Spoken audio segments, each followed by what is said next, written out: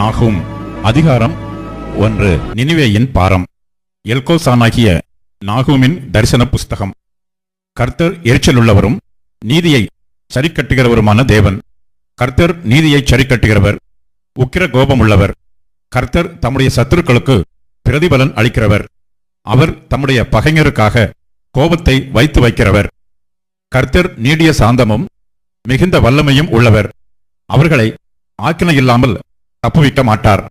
கர்த்தருடைய வழி சுழல் காற்றிலும் பெருங்காற்றிலும் இருக்கிறது. மேகங்கள் அவருடைய பாதத்தூளாயிருக்கிறது. அவர் சமுத்திரத்தை அதட்டி அதை வற்றிப்போக பண்ணி சகல ஆறுகளையும் வறட்சியாக்குகிறார். பாசானும் கர்மேலும் சோர்ந்து லீபனோனின் செழிப்பு வாடிப்போகும். அவர் சமூகத்தில் பர்வதங்கள் அதிர்ந்து மலைகள் கரைந்து போகும். அவர் பிரசன்னத்தினால் பூமியும் பூச்சக்கரமும் அதில் குடியிருக்கிற அனைவரோடும் எடுபட்டு போம். அவருடைய கோபத்துக்கு முன்பாக நிற்பவன் யார்? அவருடைய உக்கிர கோபத்திலே தரிப்பவன் யார்? அவருடைய எரிச்சல் அக்கினியைப் போல இறைக்கப்படுகிறது. அவராலே கன்மலைகள் பேர்க்கப்படும். கர்த்தர் நல்லவர், இக்கட்டு நாளிலே அரணான கோட்டை. தம்மை நம்புகிறவர்களை அறிந்திருக்கிறார். ஆனாலும் நினிவேயின் ஸ்தானத்தை புரண்டு வருகிற வெள்ளத்தினால் சர்வ சங்காரம் பண்ணுவார். இருள் அவர் சத்துருக்களை பின்தொடரும். நீங்கள் கர்த்தருக்கு விரோதமாக செய்ய நினைக்கிறதென்ன? அவர் சர்வ சங்காரம் பண்ணுவார். இடுக்கம் மறுபடியும் உண்டாகாது. அவர்கள் சன்ன பின்னலாயிருக்கிற முட்செடிகளுக்கு ஒப்பாயிருக்கையிலும் தங்கள் மதுபானத்தினால் வெறிக்கொண்டிருக்கையிலும் அவர்கள் முழுதும் காய்ந்து போன செத்தையைப் போல எரிந்து போவார்கள். கர்த்தருக்கு விரோதமாக பொல்லாத நினைவு கொண்டிருக்கிற துராலோசனைக்காரன் ஒருவன் உன்னிடத்திலிருந்து புறப்பட்டான். கர்த்தர் சொல்லுகிறது என்னவென்றால், அவர்கள் சம்பூர்ணமடைந்து அநேகராயிருந்தாலும் அறுப்புண்டு போவார்கள். அவன் ஒளிந்து போவான். உன்னை நான் சிறுமைப்படுத்தினேன், இனி உன்னை சிறுமைப்படுத்தாதிருப்பேன். இப்போதும் நான் உன்மேல் இருக்கிற அவன் நுகத்தை முறித்து உன் கட்டுகளை அறுப்பேன். உன்னை குறித்து கர்த்தர் கட்டளை கொடுத்திருக்கிறார். இனி உன் பேருக்கு வித்து விதைக்கப்படுவதில்லை. உன் தேவர்களின் கோவிலில் இருக்கிற வெட்டப்பட்ட விக்கிரகத்தையும் வார்க்கப்பட்ட விக்கிரகத்தையும் நான் நிர்மூலம் பண்ணுவேன். நீ கனவீனனானபடியால் அதை உனக்கு பிரேத குழியாக்குவேன். இதோ சமாதானத்தை கூறுகிற சுவிசேஷகனுடைய கால்கள் மலைகளின் மேல் வருகிறது. யூதாவே, உன் பண்டிகைகளை ஆசரி, உன் பொருத்தனைகளைச் செலுத்து. துஷ்டன் இனி உன் வழியாய் கடந்து வருவதில்லை. அவன் முழுவதும் சங்கரிக்கப்பட்டான். நாகும் அதிகாரம் 2. சிதறடிக்கிறவன் உன் முகத்துக்கு முன்பாக வருகிறான். அரணை காத்துக்கொள், வழியை காவல் பண்ணு, அறையை கெட்டியாய் கட்டிக்கொள். உன் பலனை மிகவும் ஸ்திரப்படுத்து. வெறுமையாக்குகிறவர்கள் அவர்களை வெறுமையாக்கி அவர்களுடைய திராட்சக் கொடிகளை கெடுத்து போட்டாலும், கர்த்தர் யாக்கோபின் மகிமையை திரும்பி வர பண்ணுவது போல் இஸ்ரவேலின் மகிமையையும் திரும்பி வர பண்ணுவார். அவனுடைய பராக்கிரமசாலிகளின் கேடகம் இரத்தமயமாகும். அவனுடைய யுத்த வீரர் இரத்தாம்பரம் தரித்துக் கொண்டிருக்கிறார்கள். அவன் தன்னை ஆயத்தம் பண்ணும் நாளிலே ரதங்கள் ஜுவாலிக்கிற கட்கங்களை உடையதாயிருக்கும். ஈட்டிகள் குலுங்கும். ரதங்கள் தெருக்களில் கடகடவென்று ஓடி வீதிகளில் இடசாரி வலசாரி வரும். அவைகள் தீவட்டிகளைப் போல விளங்கி மின்னல்களைப் போல வேகமாய் பறக்கும். அவன் தன் பிரபலஸ்தரை நினைவு கூறுவான். அவர்கள் தங்கள் நடைகளில் இடறி அலங்கத்துக்கு விரைந்து ஓடுவார்கள். மறைவிடம் ஆயத்தப்படுத்தப்படும். ஆறுகளின் மதகுகள் திறக்கப்படும். அரமனை கரைந்து போம். அவன் சிறைப்பட்டு போக தீர்மானமாயிற்று. அவளுடைய தாதிமார்கள் தங்கள் மார்பிலே அடித்துக்கொண்டு புறாக்களைப் போல சத்தமிட்டு கூட போவார்கள். நினிவே பூர்வ காலம் முதல் தண்ணீர் தடாகம் போல் இருந்தது. இப்போதோ அவர்கள் ஓடிப்போகிறார்கள். நில்லுங்கள் நில்லுங்கள் என்றாலும் திரும்பி பார்க்கிறவன் இல்லை. வெள்ளியை கொள்ளையிடுங்கள், பொன்னையும் கொள்ளையிடுங்கள். சம்பத்துக்கு முடிவில்லை. இச்சிக்கப்படத்தக்க சகலவித பொருள்களும் இருக்கிறது. அவள் வெறுமையும் வெளியும் பாழுமாவாள். மனம் கரைந்து போகிறது. முழங்கால்கள் தள்ளாடுகிறது. எல்லா இடுப்புகளிலும் மிகுந்த வேதனை உண்டு. எல்லாருடைய முகங்களும் கருகிப் போகிறது. சிங்கங்களின் வாசஸ்தலம் எங்கே? பாலசிங்கம் இறை தின்கிற இடம் எங்கே? கிளச்சிங்கமாகிய சிங்கமும் சிங்கக்குட்டிகளும் பயப்படுத்துவார் இல்லாமல் சஞ்சரிக்கிற ஸ்தானம் எங்கே? சிங்கம் தன் குட்டிகளுக்கு தேவையானதை பீறி தன் பெண் சிங்கங்களுக்கு வேண்டியதை தொண்டையை பிடித்து கொன்று இறைகளினால் தன் கெபிகளையும் பீறி போட்டவைகளினால் தன் தாபரங்களையும் நிரப்பிற்று. இதோ நான் உனக்கு விரோதமாக வந்து ரதங்களை புகை எழும்ப எரித்து போடுவேன். பட்டயம் உன் பாலசிங்கங்களை பட்சிக்கும். நீ இறைக்காக பிடிக்கும் வேட்டையை தேசத்தில் அற்றுப்போக பண்ணுவேன். உன் ஸ்தானாபதிகளின் சத்தம் இனி கேட்கப்படுவதில்லை என்று சேனைகளின் கர்த்தர் சொல்லுகிறார். நாகும் அதிகாரம் 3. இரத்தப் பழிகளின் நகரத்திற்கு ஐயோ! அது வஞ்சகத்தினாலும் கொடுமையினாலும் நிறைந்திருக்கிறது. கொள்ளை ஓயாமல் நடக்கிறது. சவுக்குகளின் ஓசையும் உருளைகளின் அதிர்ச்சியும் குதிரைகளின் பாய்ச்சலும் ரதங்கள் கடகடவென்று ஓடுகிற சத்தமும் வீரர் குதிரை ஏறுகிறதும் பட்டயங்கள் துலங்குகிறதும் ஈட்டிகள் மின்னுகிறதும் வெட்டுண்டவர்களின் திரளும் பிரேதங்களின் ஏராளமும் அங்கே உண்டாயிருக்கும். பிணங்களுக்கு தொகையில்லை. அவர்கள் பிணங்களில் இடறி விழுகிறார்கள். தன் வேசித்தனங்களினால் ஜாதிகளையும் தன் சூனியங்களினால் வம்சங்களையும் விற்கிற மகா சூனியக்காரியும் ரூபவதியுமாயிருக்கிற வேசியினுடைய திரளான வேசித்தனங்களின் நிமித்தம் இதோ நான் உனக்கு விரோதமாக வந்து உன் வஸ்திரத்து ஓரங்களை உன் முகமட்டும் தூக்கி எடுத்து ஜாதிகளுக்கு உன் நிர்வாணத்தையும் ராஜ்யங்களுக்கு உன் மானத்தையும் தெரிய பண்ணி உன்மேல் தீட்டானவைகளை எரிந்து உன்னை கனவீனப்படுத்தி உன்னை வேடிக்கையாக்கி போடுவேன் என்று சேனைகளின் கர்த்தர் சொல்லுகிறார். அப்பொழுது உன்னை காண்கிறவன் எல்லாம் நினிவே பாழாய் போயிற்று. அதற்காக புலம்புகிறவர் யார்? ஆறுதல் சொல்லுகிறவர்களை உனக்கு எங்கே தேடுவேன் என்று சொல்லி உன்னை விட்டு ஓடிப்போவான். நதிகள் மத்தியில் இருந்த நோ அம்மோனை பார்க்கிலும் நீ சிரேஷ்டமோ? அதை சுற்றிலும் தண்ணீர் இருந்தது. சமுத்திரம் அதன் அரணும் சமுத்திர கால் அதன் மதிலுமாயிருந்தது. எத்தியோப்பியாவும் எகிப்தும் எண்ணிறந்த சேனையால் அதற்கு பலனாக இருந்தது. பூத்தும் லூபீமும் அதற்கு சகாயமாயிருந்தது. ஆயினும் அவள் குடிவிலக்கப்பட்டு சிறையிருப்பிலே கொண்டு போகப்பட்டாள். அவள் குழந்தைகள் எல்லா வீதிகளின் முகனைகளிலும் மோதி அடிக்கப்பட்டார்கள். அவளுடைய கணவான்கள் பேரில் சீட்டு போட்டார்கள். அவளுடைய பெரியவர்கள் எல்லாரும் சங்கிலிகளால் கட்டப்பட்டார்கள். நீயும் வெறிகொண்டு ஒளித்துக் கொள்வாய். நீயும் உன் சத்துருவுக்கு தப்ப அரணான கோட்டையை தேடுவாய். உன் அரண்களெல்லாம் முதல் பழுக்கும் பழங்களுள்ள அத்தி மரங்களைப் போல் இருக்கும். அவைகள் குலுக்கப்பட்டால் அவைகளின் பழம் தின்கிறவன் வாயிலே விழும். இதோ உன் நடுவில் இருக்கிற ஜனங்கள் பேடிகள்.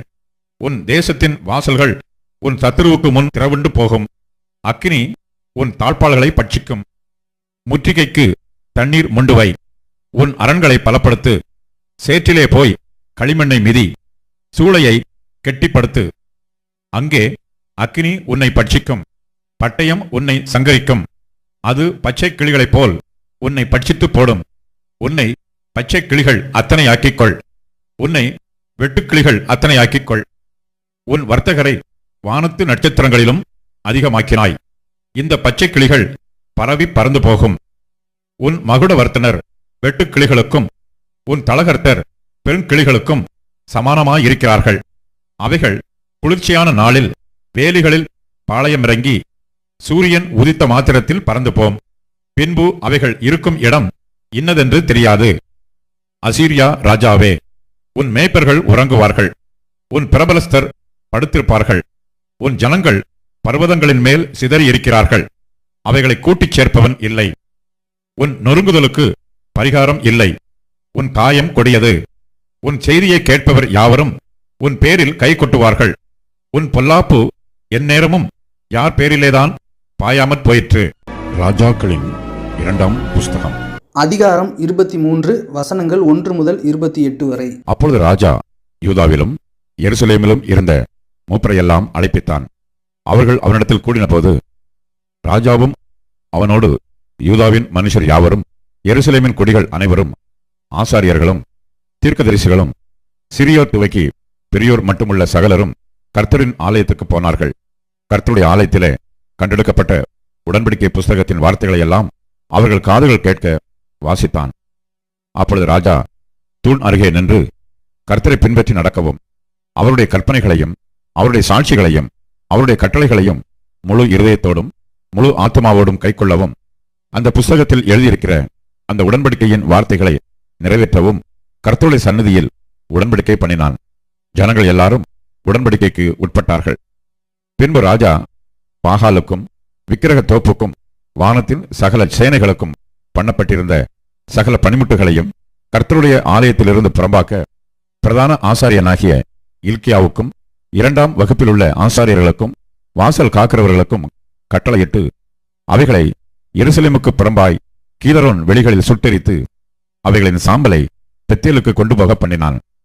யூதாவின் பட்டணங்களிலும் எருசலேமை சுற்றிலும் மேடைகளின் மேல் தூபம் காட்ட யூதாவின் ராஜாக்கள் வைத்த பூஜாசாரிகளையும் பாகாலுக்கும் சூரியனுக்கும் சந்திரனுக்கும் கிரகங்களுக்கும் வானத்தின் சகல சேனைகளுக்கும் தூபம் காட்டினவர்களையும் அகற்றிவிட்டான்.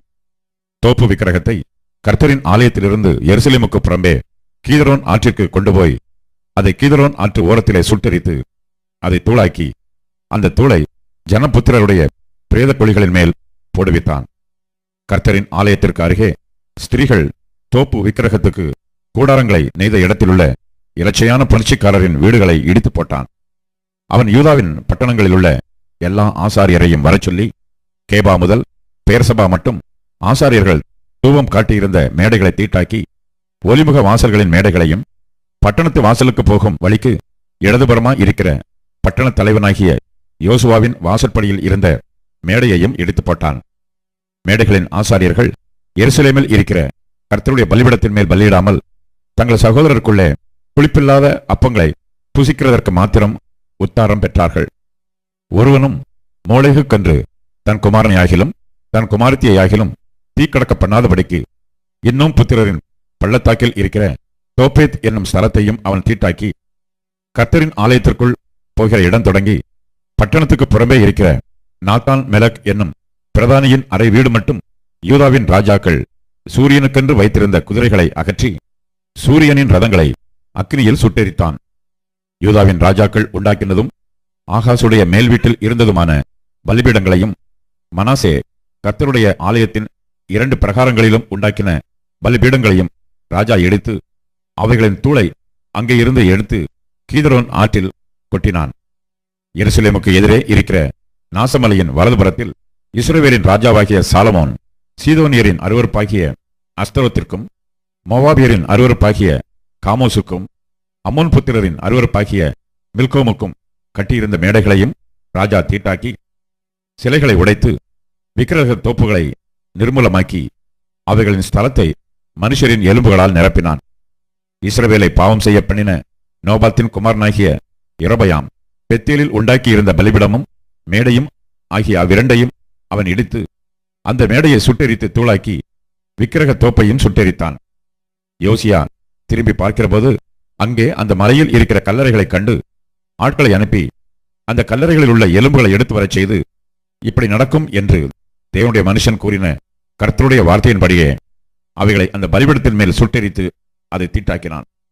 அப்பொழுது அவன், நான் காண்கிற அந்த குறிப்படையாளம் என்ன என்று கேட்டதற்கு அந்த பட்டணத்து மனுஷர், அது யூதாவிலிருந்து வந்து நீர் செய்த இந்த கிரியைகளை பெத்தேலின் பலிபீடத்திற்கு விரோதமாய் கூறி அறிவித்த தேவனுடைய மனுஷனின் கல்லறை என்றார்கள்.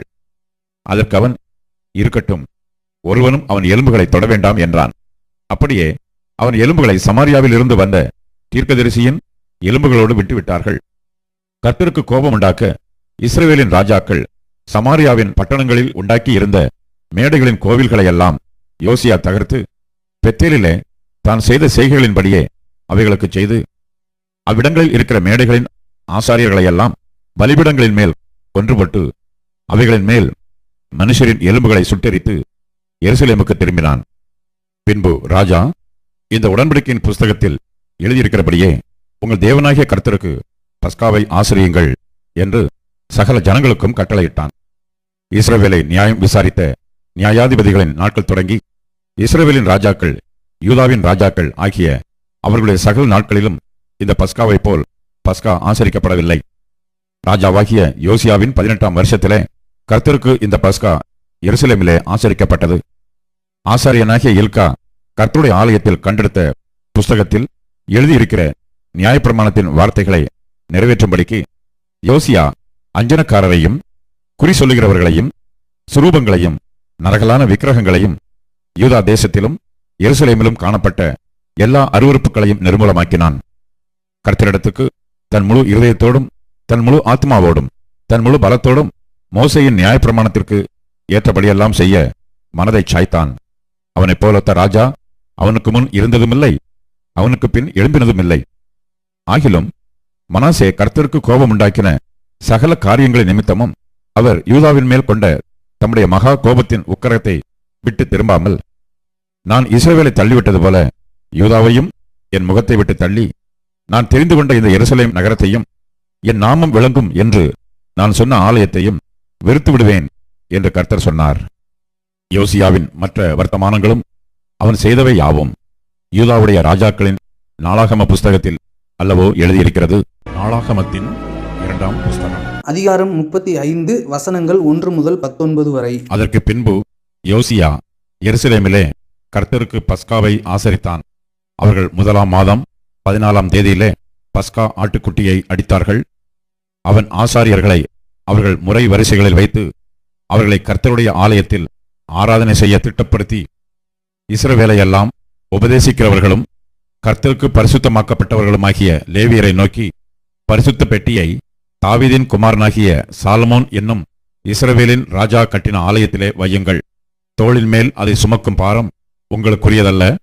இப்போது நீங்கள் உங்கள் தேவனாகிய கர்த்தருக்கும் அவருடைய ஜனமாகிய இஸ்ரவேலுக்கும் ஊழியம் செய்து, இஸ்ரவேலின் ராஜாவாகிய தாவீது எழுதின கட்டளைக்கும் அவன் குமாரனாகிய சாலமோன் எழுதின கட்டளைக்கும் ஒத்தபடியே உங்கள் பிதாக்களின் குடும்பத்தாருக்காக குறிக்கப்பட்ட வரிசையிலே உங்களை ஆயத்தப்படுத்தி, ஜனங்களாகிய உங்கள் சகோதரருக்காக பரிசுத்த ஸ்தலத்திலே பிதாக்களுடைய வம்ச பிரிவுகளின்படியையும் லேவியருடைய வம்சத்தார் வகுக்கப்பட்டபடியையும் நின்று பஸ்கா ஆட்டுக்குட்டியை அடித்து உங்களை பரிசுத்தம் பண்ணி, மோசேயை கொண்டு கர்த்தர் சொன்னபடியே உங்கள் சகோதரர் செய்யும்படி அவர்களுக்கு அவைகளை ஆயத்தப்படுத்துங்கள் என்றான். வந்திருந்த ஜனங்கள் எல்லாருக்கும் அவர்கள் இலக்கத்தின்படியே பஸ்கா பலிக்காக 30,000 ஆட்டுக்குட்டிகளையும் வெள்ளாட்டுக்குட்டிகளையும் 3000 காளைகளையும் ராஜாவாகிய யோசியா தன்னுடைய ஆஸ்தியிலிருந்து கொடுத்தான். அவனுடைய பிரபுக்களும் மனப்பூர்வமான காணிக்கையாக ஜனத்திற்கும் ஆசாரியருக்கும் லேவியருக்கும் கொடுத்தார்கள். தேவனுடைய ஆலய விசாரணை கர்த்தாவாகிய இல்கியாவும் சகரியாவும் எகியேலும் ஆசாரியர்களுக்கு பஸ்கா பலிக்கன்று 2600 ஆட்டுக்குட்டிகளையும் 300 காளைகளையும் கொடுத்தார்கள். கொனானியா, சமாயா, நெதனயேல் என்னும் அவர்கள் சகோதரரும், அசபியா, ஏயல், யோசபாத் என்னும் லேவியரின் பிரபுக்களும் லேவியருக்கு பஸ்கா பலிக்கன்று 5000 ஆட்டுக்குட்டிகளையும் 500 காளைகளையும் கொடுத்தார்கள்.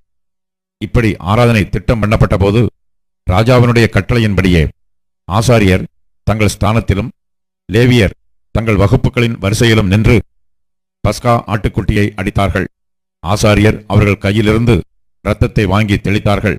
லேவியர் தோல் உரித்தார்கள். மோசேயின் புஸ்தகத்தில் எழுதியிருக்கிறபடி ஜனங்கள் கர்த்தருக்கு பலி செலுத்தும்படி அவர்கள் தகனபலி மிருகங்களை பிதாக்களுடைய வம்ச பிரிவுகளின்படியே இவர்களுக்கு கொடுக்கத்தக்கதாய் அவைகளை பிரித்து வைத்தார்கள். காளைகளையும் அப்படியே செய்தார்கள்.